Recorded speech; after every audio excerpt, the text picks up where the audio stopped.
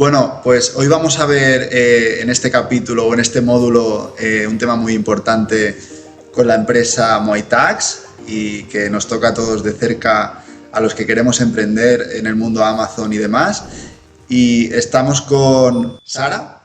Sara, sí. Y Juan Diego. Y nos van a presentar en unas diapositivas breves los puntos clave a tener en cuenta para todos aquellos que necesiten pues que algún gestor en España, ¿no? Que yo creo que es un punto muy importante, que se encuentren en España para el tema de la comunicación, que sea fluida y que sea clara.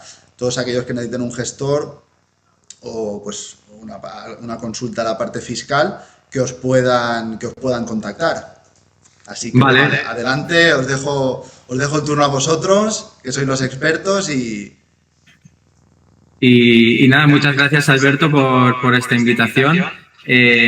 Bueno, como bien decías, pues esos primeros pasos para vender, esas primeras dudas que hay, que si hace falta ser autónomo, que qué implica ser autónomo, que qué declaraciones tengo que hacer, que si hay otras opciones, que si puedo crear incluso una empresa en Estados Unidos, que si quiero expandir mi negocio. Bueno, al final son muchas preguntas, todas con una misma respuesta, y la idea al final es que todos lo entendáis, pero que sepáis que esa gestión nos la podemos llevar nosotros. Es decir, sabéis qué hay detrás de todo eso, que a nivel fiscal, qué implicaciones tiene cada cosa, incluso los costes, pero saber que al final todos esos trámites fiscales y gestión la podemos llevar desde Moitax. Así que bueno, os dejo ahora con mi compañera Sara, que es la que va a hablar de todo el tema de autónomos, esos primeros pasos, que es el recargo de equivalencia, que seguro que es algo que ya habéis empezado a escuchar, y a partir de ahí profundizamos un poco más.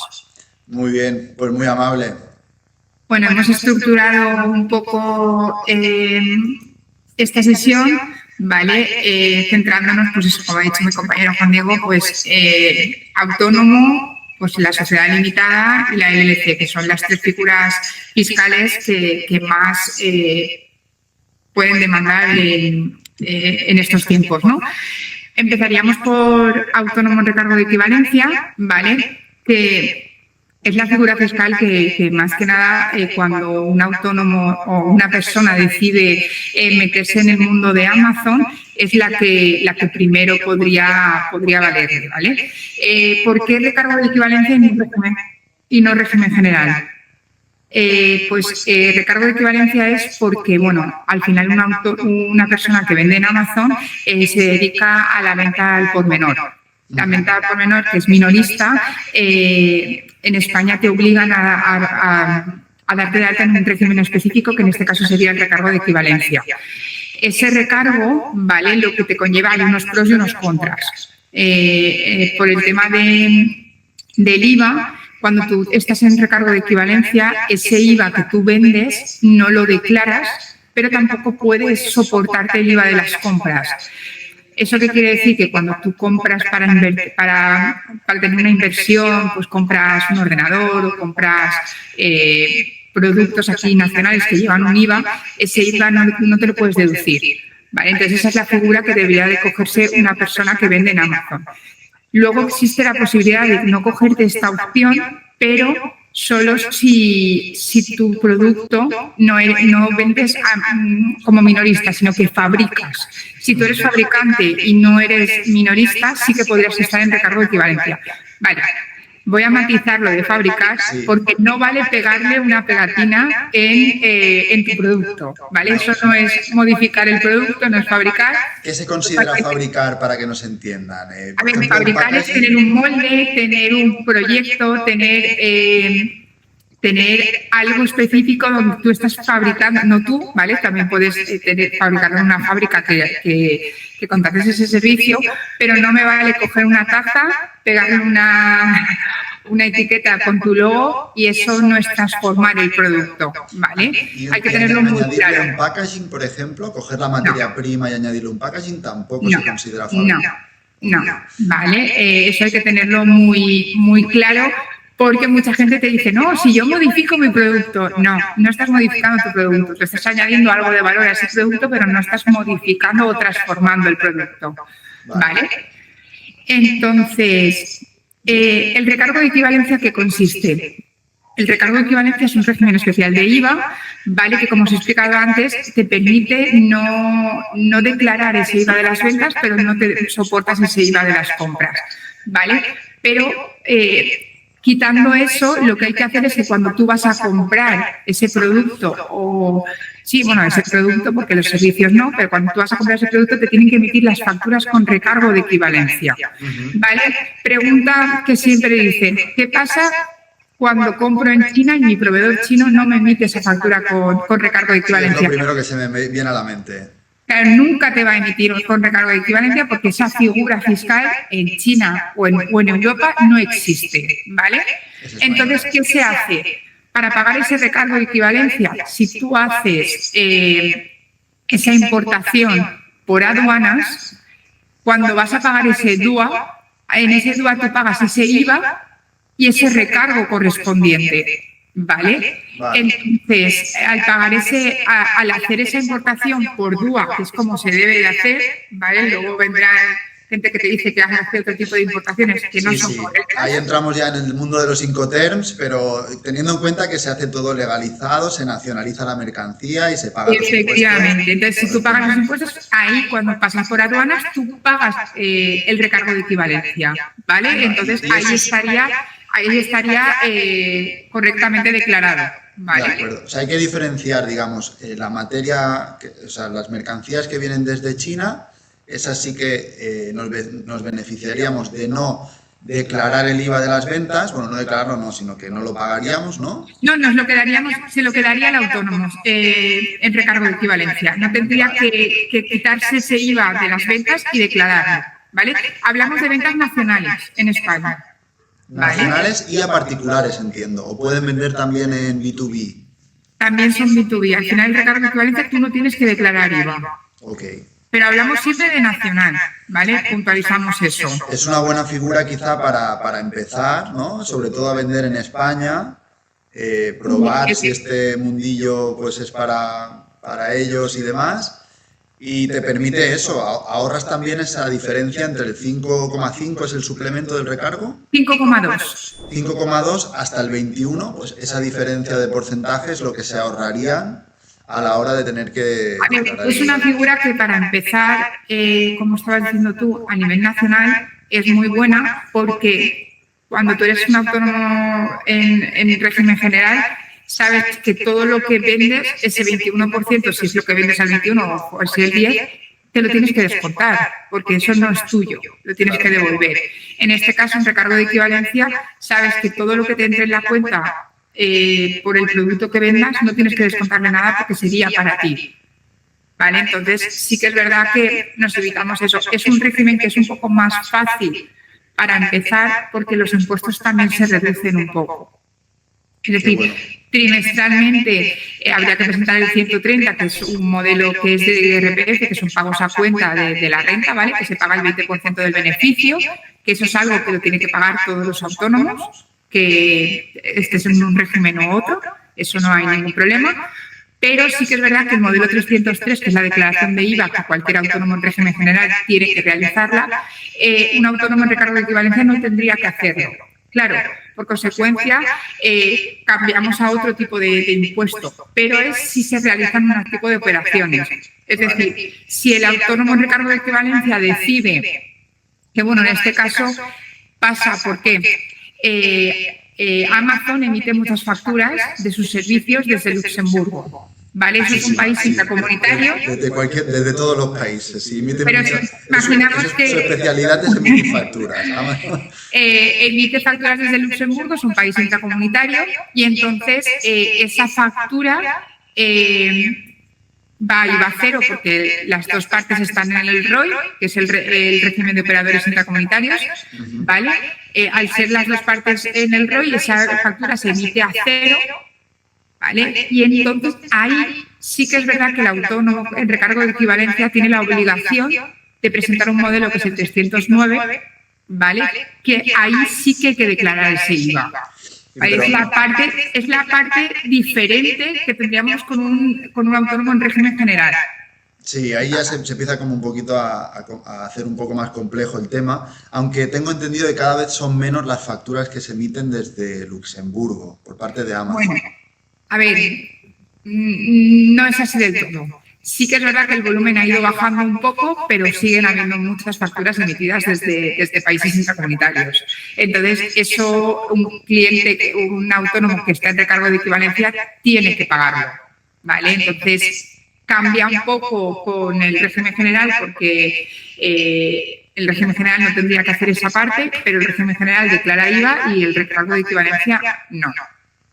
Vale, sí, yo en mi caso he pasado por las dos figuras. Yo empecé en recargo de equivalencia, me fue bien, tuve ese susto, sí que es verdad que cuando tuve que hacer el trimestral y me vino la parte esa del IVA, de pagar las facturas que se habían ido emitiendo desde Luxemburgo, me asusté un poco porque no contaba con eso, ¿no? Cuentas, pues estoy en recargo de equivalencia, en principio no tengo que declarar el IVA de las ventas y pues te viene esa liquidación por otro sitio y hasta que no. Ahí es cuando entra un poco el asesoramiento de personas que sepan lo que están haciendo.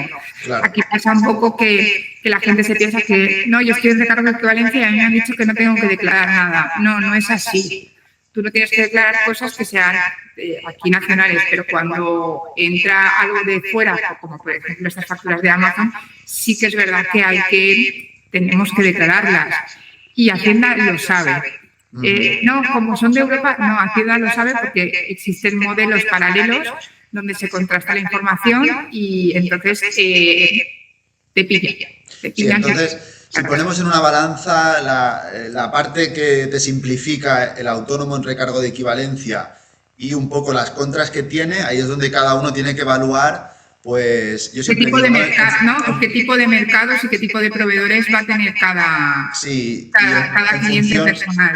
En función también un poco de la proyección que tenga cada uno con su negocio, ¿no? Porque si es una persona que ya de principio se lo va a tomar muy en serio, tiene pensado invertir fuerte y expandirse a Europa, por ejemplo, que yo creo que es un punto clave, si ya de primeras tienes pensado intentar hacer el paneuropeo, ahí directamente yo creo que la figura de autónomo en recargo de equivalencia se queda un poco corta. Pesan más los contras. Pesan más los contras por el simple hecho de que sí que es verdad que la figura de recargo de equivalencia no es una figura que esté reconocida en los demás países. Es una figura que está en España, ¿vale? Y que tú vas a Francia y no reconocen ese recargo de equivalencia. Entonces sí que es verdad que si tu idea ya es, si tu idea es empezar en Amazon, tu idea es empezar a abrirte pasito a pasito y gestionártelo poco a poco, es una idea muy buena porque luego también al final tienes la cuota reducida, la tarifa plana, tú puedes beneficiarte de ese beneficio social, ¿vale? Y entonces tú puedes ir gestionando pasito a pasito tu negocio. Si tu idea ya es empezar abriendo camino en mercados europeos, pues no tiene sentido de que te pongas a vender en España y ya está, sino ya hacer el siguiente nivel. Aquí creo que cada uno tiene que valorar la situación personal de cómo estoy y cuál es mi proyección. Sí, yo ante la duda siempre aconsejo que se centren en España, que hay una oportunidad muy buena, que es un mercado que cada vez está más maduro y es un mercado bueno para empezar. Yo creo que por contra de lo que opina mucha gente, que dice que es un mercado pequeño, pues lógicamente no se puede comparar con Alemania, con Estados Unidos, pero el tener todo controlado tu negocio, decir, vale, yo sé que tengo un régimen que solo existe en España, que es autónomo en recargo de equivalencia, compro, declaro todo en aduanas tal y como toca y solo vendo en España. Y te permite, yo creo que el hecho de tenerlo todo controlado te permite también hacerte fuerte y escalar en tu país, ¿no? Que más que incluso empezar a probar abriendo países nuevos, dando alta números de IVA nuevos, crearte una SL sin mucha facturación al principio, quizá es mejor idea el problema aquí viene cuando al final hacerte autónomo es un trámite que nosotros lo hacemos en 48 horas máximo, ¿vale? Laborables, cosa que una empresa es un camino un poco más largo. más o menos puede durar, porque claro, tienes que ir a la notaría, tienes que esperar un registro, tienes que esperar un poco más de procesos más largos que nos puede demorar a unas 4 o 5 semanas, porque no dependen de ti personalmente. Entonces sí que es verdad que bueno, que si necesitas empezar y saber si te está funcionando o no, es recomendable empezar desde cero y hacer la casa no por el tejado, sino pasito a pasito. Entonces, claro, hay que hacerlo así. Y luego, claro, el coste de mantenimiento de una SL es mayor a un autónomo. No digo que la SL sea malo ni mucho menos, pero consideramos que hay veces que tienes que tener un poquito de rodaje para saber que de verdad necesitas dar el paso a una SL. Luego está la pregunta de ¿cuánto dinero tengo que ganar? Para mí ya no es cuánto dinero tengo que ganar, sino qué proyección tienes. ¿Cuánto estás facturando tú como autónomo? ¿Te merece la pena seguir pagando los impuestos que estás pagando o necesitamos ya buscar una limitación? Va un poco más así que una cifra. No es cuando llegue a esta cifra exacta, yo doy el paso. No hay una cifra exacta. Se tiene que decir una serie de factores, que es cuando ya la persona tiene que decidir ya plantearse evolucionar. Eso es un punto muy interesante. Sí, no hay nada, no hay una guía específica que nos diga a partir de tanto tienes que dar el salto, sino que es un poco subjetivo. A ver, también yo creo uno que sabe, ¿no? Quizás si tienes muchos gastos para desgravarte, tipo, pues tienes desplazamientos a visitas de proveedores. Claro. Tienes otras cosas que te interesa meterlas, digamos, en la contabilidad de la sociedad, pues ahí a lo mejor te conviene. Aquí ya un poco, por eso, como he dicho al principio, creo que aquí ya son asesorías más personalizadas, ya creo que cada uno tiene que valorar, pues eso, su presente, su futuro, ver un poco las opciones que tiene cada uno para saber que están ahí las opciones, que se pueden beneficiar de ellas, pero no hay un ahora. ¿Sabes? No es, ahora mismo ya tengo este dinero en la cuenta y ya puedo hacerlo. No, eso no funciona así. Es un poco más hacerte un poco de estudio y valorar tú qué proyección quieres hacer a futuro. Claro, y tener en cuenta también que para crear una empresa hace falta la aportación de capital mínima de 3.000 euros, ¿no? Que no es bien así, pero... Ahora mismo no es así, ¿vale? Sí que es verdad que hace unos años, hasta hace poco, te obligaban a añadir 3.000 euros, ¿vale? Ahora mismo tú la puedes hacer con 1 euro. Nosotros no recomendamos eso porque no es viable tener una empresa con 1 euro, ¿vale? Pero como tal podrías beneficiarte de eso, de no tener que aportar ese capital de golpe de los 3.000 euros. Insisto, es algo que nosotros no recomendamos porque ¿cómo vas a crear una empresa si no tienes capital para hacerla funcionar? No tiene sentido. Ese capital se utilizará para comprar inventario en China o donde sea. Sí. El día 1, además, ¿no? Tú puedes poner en la empresa un capital, pones 3.000 euros. Cuando esté la empresa operativa, tú ya puedes empezar a realizar eso. Cuando te autorizan la cuenta, cuando la empresa está constituida, tú ya puedes hacer uso de ese dinero sin ningún problema. Vale, que esto hay mucha gente también que tiene dudas, ¿no? No sabe si esos 3.000 euros se quedan como bloqueados. No, claro, eso al final es una aportación de capital, no es lo tengo ahí en el banco lo tengo en el banco para utilizarlo. Claro, sí.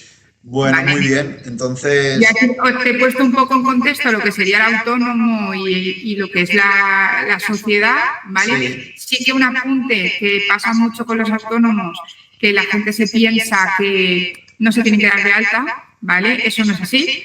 Cuando una persona empieza a realizar actividades, tiene que darse de alta tanto en Hacienda como en Seguridad Social. Si no lo hacen de manera conjunta, pierden la tarifa plana, ¿vale? Eso es un punto clave que mucha gente está equivocada y luego vienen los problemas porque no hacen las altas correctamente y ya no se pueden beneficiar de esa tarifa plana que al final empiezas a pagar 86,66 en vez de 200, ¿vale? Luego no se pueden beneficiar y luego no se puede arreglar eso, ¿vale? Claro. Entonces lo mejor es que lo lleve siempre un profesional, ¿no? Yo siempre digo, lo van a hacer en las fechas que toca y con esa tranquilidad de que se van a avisar a los dos organismos públicos y... Sí, por eso te lo digo, porque mucha gente les dicen que solo se tienen que dar de alta en Hacienda y que no pasa nada, que prueben hasta que les vaya bien y luego se dan de alta de autónomos, y eso no es correcto, ¿vale? Por eso lo remarco muy bien, para que luego no haya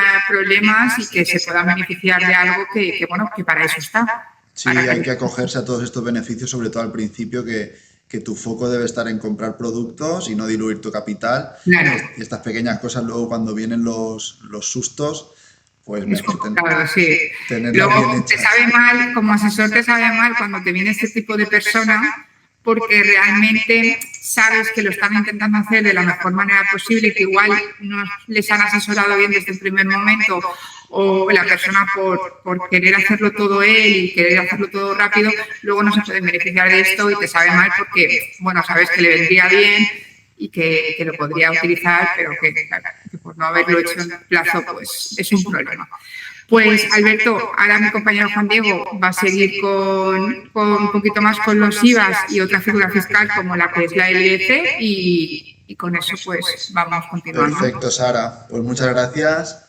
De nada. Y nada, Juan Diego, las LLCs también que están causando mucho revuelo. Cuéntanos hay mucha información sobre ellas. ¿Qué oportunidades hay ahí? Exacto, y sobre todo clarificar cualquier información para que no haya ningún malentendido. A colación un poquito de lo que hablábamos, del tema expandir, del tema de dónde tengo mis ventas o dónde empiezan a estar, bendito problema que quiera registrar el IVA en otro país, porque eso me está empezando a ir bien. Lo quiero registrar realmente. El principal motivo es porque, oye, mis almacenes, tengo unos almacenes en Amazon y así no tengo que pagar esos envíos, esas aduanas, y pagaría el IVA de ahí porque mi nivel de ventas ya es óptimo, ¿vale?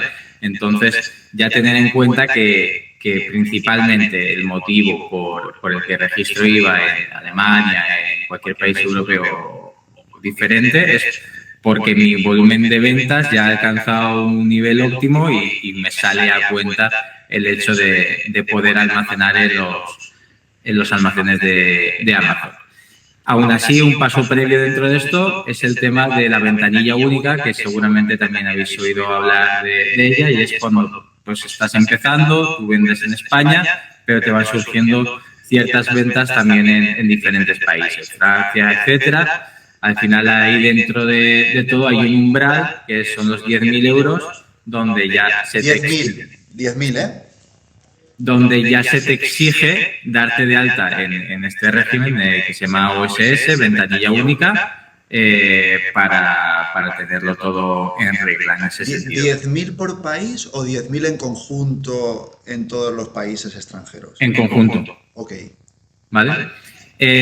A partir de ahí, pues sí que seguimos al siguiente paso, ¿vale? El tema del registro de IVA. Una vez están más centralizados tus beneficios, necesitas en un país en concreto, podemos gestionar dicho IVA y tener una pequeña cosa en concreto, ¿vale? Si vendes productos físicos, que si estás en Amazon, pues suele ser así. La mayoría.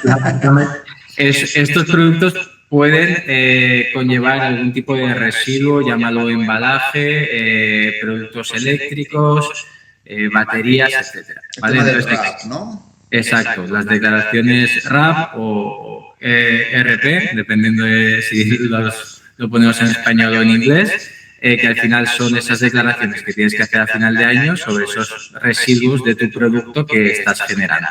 Entonces, también es una tarea obligatoria que en Alemania, Francia, España, en cualquier país donde estés vendiendo, al finalizar el año estés tanto inscrito en este tipo de declaraciones como que las hagas para poder tenerlo todo en regla, ¿vale?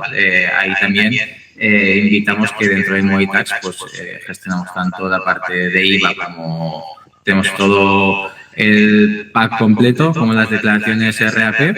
Entonces, podéis estar tranquilos en ese sentido.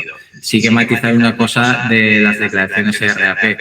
Nosotros hacemos el registro y la declaración, pero los residuos al final generados, o esas tasas, corren por cuenta del vendedor. Es decir, no puede ser al final que pague un fee fijo y genere mucho más residuos. Simplemente tener en cuenta que al final lo que llevamos nosotros es esa parte fiscal y luego sí que hay porcentaje, un fee por todo lo generado, ¿vale? Es como, me sabe mal poner este ejemplo, es como con la declaración de la renta. Nosotros te podemos ayudar con la declaración de la renta, pero si tienes que pagar tanto más Hacienda, eso no nos hacemos cargo nosotros porque al final es tu situación personal. Totalmente. Pues esto es, Sí, para que la gente lo entienda un poco, ¿no? Yo creo que sería un buen ejemplo. Es decir, yo soy un vendedor español y, por ejemplo, me quiero poner a vender en Alemania, ¿no? Los trámites que tendría que seguir sería hablar con vosotros, hacer el alta del IVA alemán y una vez tenga ese IVA alemán, darme de alta también para el tema de la gestión de residuos o el RAP que comentábamos y pues ahí entra en juego, digamos, el gobierno español, el gobierno alemán y el organismo de residuos de Alemania también. Y luego aparte, pues vosotros que sois los que gestionáis todo esto, pero claro, no podéis decidir cuánto pagamos ni de IVA por las ventas ni de impuestos por los residuos que se generen. por matizar un poquito más el tema de RAP, existen categorías. Lo he pasado un poquito rápido, pero existen categorías. Entonces, matizar que tu producto, si tiene algo de embalaje, una categoría. Si tiene embalaje y una parte electrónica, son 2. Si tiene algo eléctrico, son 3. ¿Vale? Entonces, pues, matizarlo todo. Y cada eso, al final también lo gestionamos nosotros, pero cada eso es tratado por un agente allí. Entonces, sí, claro, y a lo mejor lanzas un producto nuevo y requiere de otras cosas que tus productos anteriores pues no englobaban, ¿no? A lo mejor me pongo a vender baterías y resulta que justo el RAP de la parte de baterías no lo tengo, pues tengo que darlo de alta, ¿no? Y todo eso, si lo delegas en alguien, pues claro, te olvidas, te dedicas a la parte un poco emocionante del negocio, que es abrir nuevos mercados, comprar y vender, calcular bien dentro de lo posible todo lo que son tus márgenes de beneficio y nada. En este caso también tendríamos que enviar inventario a Alemania, ¿no? Vuelvo a matizar una cosa dicha al principio. Es decir, realmente estás registrando porque te va bien. Porque antes cuando has dicho, oye, quiero expandir y quiero vender en todos sitios. Claro, cuidado no incurrir en costes innecesarios. ¿Sabes? Al final no tienes ese volumen de ventas, entonces, pues como no tienes ese volumen de ventas, pues no registres ese IVA que te va a costar dinero, pues esas declaraciones que te hagan dinero. Entonces, sí que tener en cuenta que al final es como ese bendito problema cuando te llega ese volumen de ventas en dicho país, ¿vale? También dentro de todo eso nosotros orientamos y cuando vemos que se dan ciertas situaciones, oye, que igual no necesitas todavía registrar el IVA, que de momento tienes ventas en el extranjero, date de alta en la OSS. Con eso vas fluyendo, exacto. Claro. Qué bueno. Sí, que claro, depende de la personalidad del emprendedor. Yo creo que aquí muchas veces es más difícil pararle los pies porque ya te entran con la mentalidad de, oye, yo quiero hacer pan europeo y al revés, ¿no? Pero eso hay mucho cliente, o sea, hay mucho que pasa por nuestros filtros, como aquel que dice, y ya quiere comerse el mundo y a nosotros nos parece maravilloso, pero claro, hay momentos que igual es mejor que vayan paso a paso porque luego no queremos que vayan hacia atrás, sino todo lo contrario, que cojan impulso para expandirse totalmente. Claro, porque luego ahora que sacas este tema, en el caso de que alguien se precipite, volver atrás sería muy complicado, decir, ostras, yo he intentado pan europeo, se me va, no tengo control sobre lo que estoy haciendo, ¿puedo cerrar los IVAs y quedarme tranquilito en España? Sí, es decir, sería dar de baja los IVAs respectivos y... Pues lo que ha dicho Juan Diego es costes que igual en ese momento no te puedes permitir o no es preciso permitirte en ese momento, sino esperar un poco más y hacerlo un poco más adelante, porque al final no se pueden penalizar los IVAs, no te permiten dejarlo en stand-by, por ejemplo en Alemania, Francia o en otro país de Europa no te dejan dejarlo en stand-by, sino que hay que cerrarlo. Y cerrarlo también conlleva un dinero, entonces pues al final saber dónde te estás metiendo para tener esa seguridad. Dicho lo cual, volvemos a lo de antes, bendito problema que ya necesito eso. Que comentábamos antes el tema de las LLCs, para no dejarlo de lado, esa figura fiscal que creo que todavía no se acaba de entender, creo que lo más importante es decir que es una figura fiscal legal, la cual tú creas en una empresa en Estados Unidos. No hace falta que visites los Estados Unidos o que tengas cualquier acto presencial allí. Simplemente lo que te obliga a la misma es que las rentas obtenidas por la misma las declares en España, ¿vale? Dicho de una forma, y ya que Sara habla un poco del tema del autónomo, comparando al final, tú declaras esas rentas, ese IRPF en tu declaración de la renta anualmente. Oye, mi LC he ganado tanto y me retiré tanto dinero. Lo pones. El punto es que todo el tema de seguridad social, de pensiones, incluso el paro, que son cosas que vas pagando con el autónomo, no lo haces, ¿vale? Son esas aportaciones que no lo haces. Entonces se dedica solo a esa parte de la renta. Más cosas de esto puede ser de uno, de varios miembros. En ese sentido, de la tributación, pues dependiendo de cómo la hayas establecido, si eres uno, pues todos los beneficios los tienes que declarar tú. Si lo haces 50-50 con algún compañero, pues lo tendrías que dividir.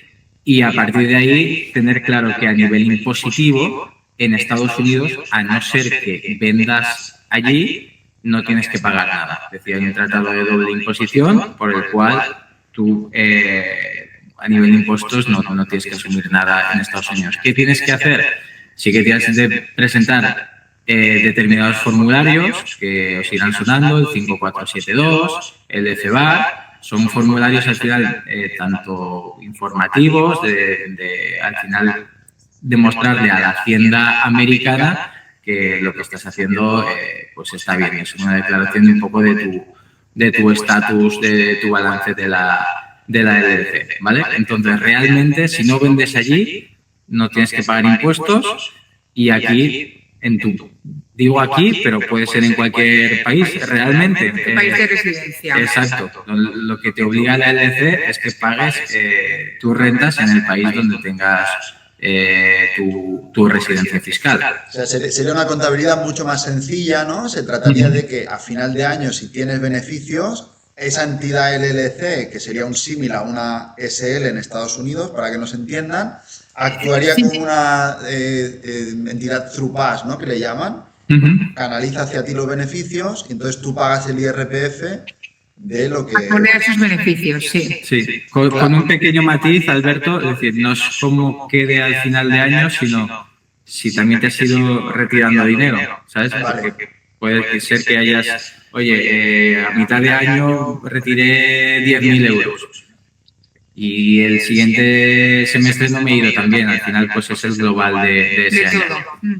Cuando dices retirar, porque sé que hay gente que con una tarjeta de un neobanco, pues Mercury, Wise y demás, puede ir haciendo pagos en su día a día, ¿eso se contempla también en la contabilidad o no? Es decir, la rentabilidad es aquello que ha pasado de la LLC a ti.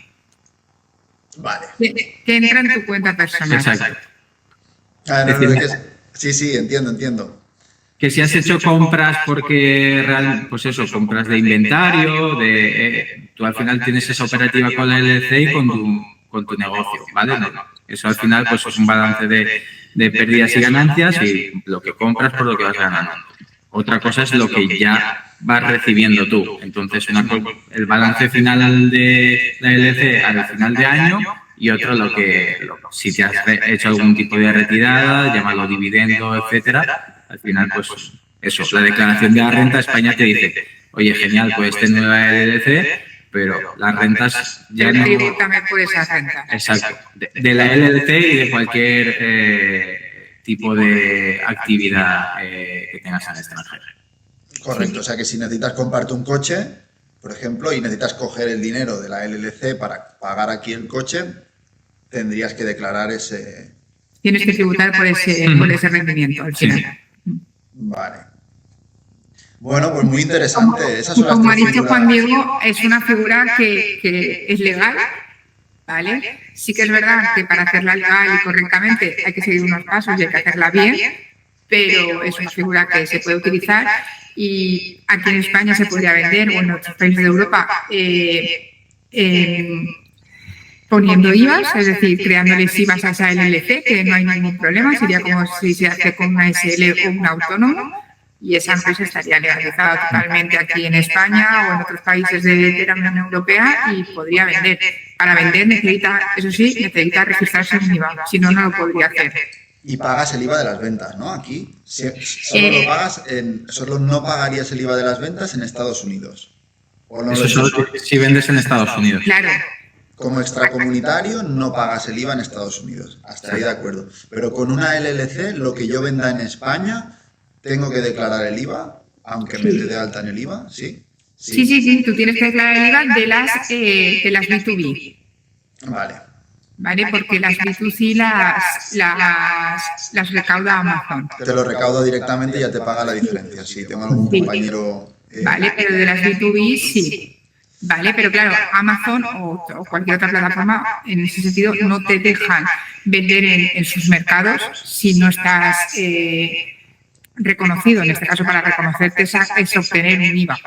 Vale, y luego esto ya es una pregunta un poco más personal, pero me viene a la mente, claro, si yo me tiro un año vendiendo en Europa con una LLC, todo legalizado y tal, ¿cómo a nivel de lo que hablábamos al principio de ir al médico, de coger una baja o de coger el paro, todo eso tengo que hacerlo por privado, me imagino, tengo que tener una mutua? Claro, tú al final no estás trabajando para nadie, no estás tributando aquí en España o en otro país de residencia, no estás pagando esos beneficios sociales, que bueno, no tienes nómina, no pagas una cuota de autónomo, no pagas nada de eso.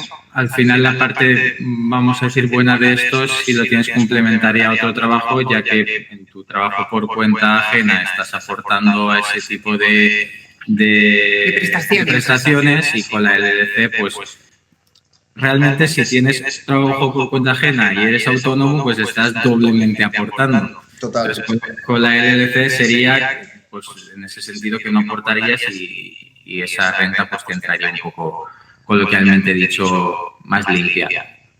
También punto importante, sobre todo para la gente que vende servicios digitales, etcétera, o incluso vende en todo el mundo, la LLC da mucha marca, da mucho prestigio. Al final es una empresa en Estados Unidos. Nosotros también asistimos en la apertura de cuentas americanas para dicha LLC. Entonces, a la hora de hacer negocio y de expandirse, también da ese seniority, esa marca que algunos buscan. Así que también es algo muy útil. Con todo esto que también ha sido mucha información, espero que sea muy útil. Sí que tenemos una aplicación donde todas esas facturas, toda esa documentación de la LLC, todas esas declaraciones de IVA, pues todo eso lo recogemos en una aplicación.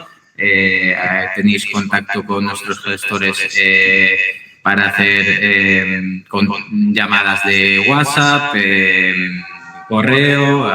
Muy intuitivo, además. El software de MyTax yo lo llevo utilizando mucho tiempo y tengo que decir que va muy rápido, procesan muy bien las facturas. Es muy fácil consultar lo que has subido, incluso sustituirlo alguna vez que he tenido que hacer algún cambio. Sí. Y prácticamente no hace falta casi nunca contactaros, y que cuando hace falta, yo por mi parte, pues también he tenido ese apoyo. O sea que en general, muy bien, el dashboard muy sencillito. A ver, lo hemos intentado hacer para, pues esto, que sea haceros la vida un poco más fácil, también para nosotros los gestores que sea más fácil recopilar esa información, y lo que queríamos era un poco, pues eso, que el camino para las dos partes, pues eso, sea cómodo y que al final está claro que tú te dedicas a lo tuyo, yo me dedico a lo mío, pero que la parte que vosotros tenéis que darnos esa información no se os haga un mundo y que podáis gestionarlo de la mejor manera posible, y para nosotros también sea fácil aceptar esa información. Desde luego, sí, pues se ha conseguido, Se ha conseguido porque hay un apartado muy específico para los TXT que se descargan de Amazon, que es el tema de las ventas. Luego las facturas de gasto se suben por otro lado. Sí, lo hemos intentado hacer. Cada vez vamos un poco mejorando porque, bueno, al final hay opiniones de los clientes, intentamos recoger todas esas opiniones de los clientes que nos puedan ayudar a mejorar, y entonces hemos ido haciendo pequeños cambios para que al final sea algo cada vez más fácil y más cómodo para vosotros. Muy bien, pues enhorabuena, enhorabuena. Creo que, Alberto, que también además tienes un cupón de descuento para todos tus alumnos, los cuales que al final pueden venir a nosotros. Seguro que lo puedes facilitar mediante WhatsApp, como hemos dicho, correo para cualquier tipo de consulta, pero que además con ese cupón pueden beneficiarse de un descuento, que no es un descuento único. Quiero decir que si al final se hace, por ejemplo, una LDC, tendrás ese descuento permanentemente de forma mensual. Sí, así una declaración de la renta, por ejemplo. Sí, es para todos los productos que ofrecemos, o sea, pueden utilizarlo para cualquier cosa sin ningún problema. Sí, me consta que varios de mis alumnos ya lo han utilizado y se les aplica un 10%, así que muy contentos. Y bueno, todo lo que sea ayudarles. Yo siempre recomiendo, hay que ser sinceros aquí. El tema de las gestorías es un tema un poco controversial, hay opiniones muy diversas. Y yo digo que si se hacen las cosas con cariño, dejándose asesorar y tal, no tiene por qué haber ninguna pega. Al final mucha gente se va por precio y al final es, creo, donde está el error, ¿no? A ver, cada uno es libre de elegir lo que mejor le conviene. Yo también entiendo que hay veces que cuando estás empezando buscas siempre lo que más te puede acoplar a nivel económico, eso es entendible, pero sí que es verdad que hemos tenido muchos casos de gente que no han sabido asesorarle bien. No digo un asesoramiento mal, porque no es la cosa, sino que igual por el tipo de producto, de la actividad que realiza la persona, no han saberlo gestionar bien, y entonces luego eso conlleva bastantes problemas. Entonces es mejor pararse, pensarlo bien, gastarte aunque sea un poquito más de dinero, pero encontrar a alguien con el que hagas match, ¿no? Al final eso también es importante. Perfecto, pues muy bien, sí, hay gestores tradicionales que cuando ven los números de Amazon directamente se echan las manos a la cabeza. Es complicado, es complicado. Y acostumbrados a llevar restaurantes y demás, y dicen, ostras, esto no tiene nada que ver. Entonces, bueno, teniendo en cuenta que tenemos una herramienta muy nueva, muy potente, y ese cuponcito de descuento y la facilidad de poder hablar con vosotros en castellano, pues yo creo que ya más fácil que eso. Sí, la verdad que sí.